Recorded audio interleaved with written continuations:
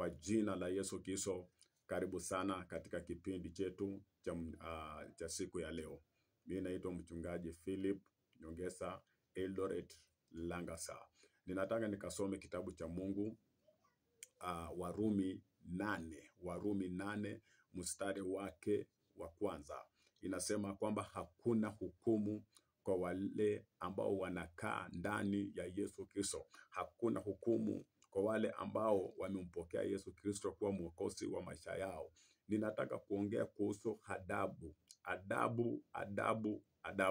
Adabu ni mbaya. Adabu inaweza fanya ukufe. Adabu inaweza fanya maisha yako yaharibike.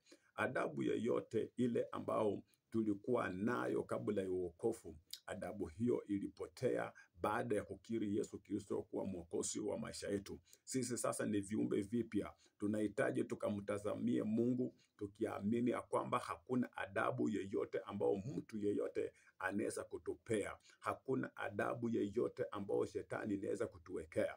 Hakuna ukumbusho wowote wa dhambi zetu. Sisi tulishasamehewa. Maandiko nasema ya kwamba ukikaa ndani ya Yesu Kristo, ukitembea katika roho, hautatimiza sheria za mwili. Tembea katika roho na neema ikakubebe katika hiyo maisha yako, katika jina la Yesu. Neema ya Yesu Kristo ndio inaweza kutuongoza na kutuweka katikati ya mapenzi ya Mungu. Kuna neema ambao ikikuongoza, ukitembea na Roho Mtakatifu, ukitembea kwa neno la Mungu, ukitembea katika mapenzi ya Mungu, hautatimiza sheria zote za mwili. Haleluya.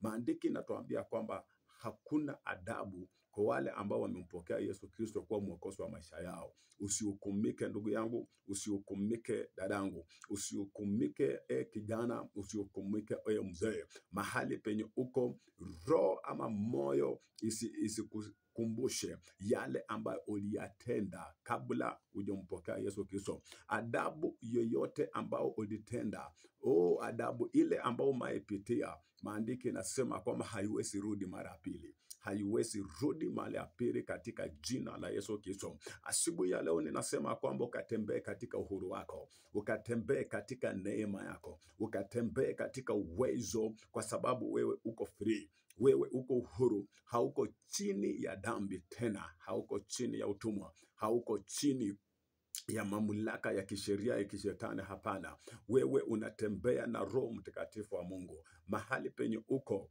ninasema kwamba acha kujihukumu, acha kujihukumu, acha kujihukumu katika jina la Yesu. Acha kujihukumu, na mtu asikuhukumu kama maisha yale ambao unaishi. Maandiko yanasema ukikaa ndani ya Yesu Kristo, hakuna adabu ya hukumu, hakuna hukumu ya adabu katika jina la Yesu. Yesu Kristo mwenyewe umebeba neno la Mungu, umebeba uwezo wa Mungu.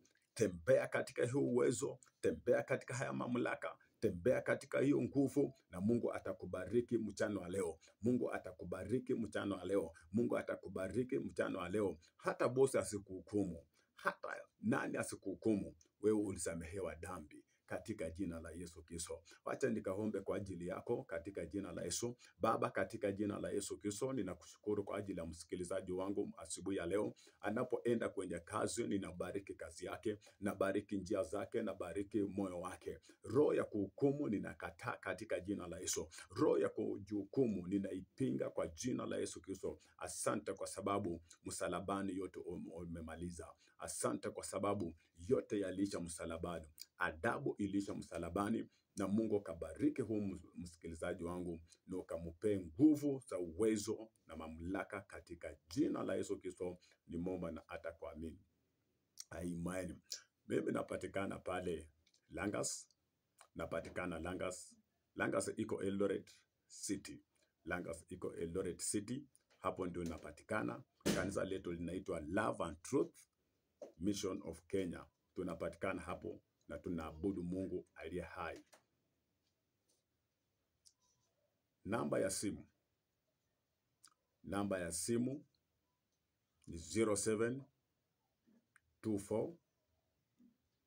08 7741. Arudia 0724087741. Karibu sana. Langas iko Eldoret. Ukifika hapo kona mbaya utatupata katika jina la Yesu Kristo, au upige namba hiyo na Mungu atakubariki. Shalom, shalom, shalom.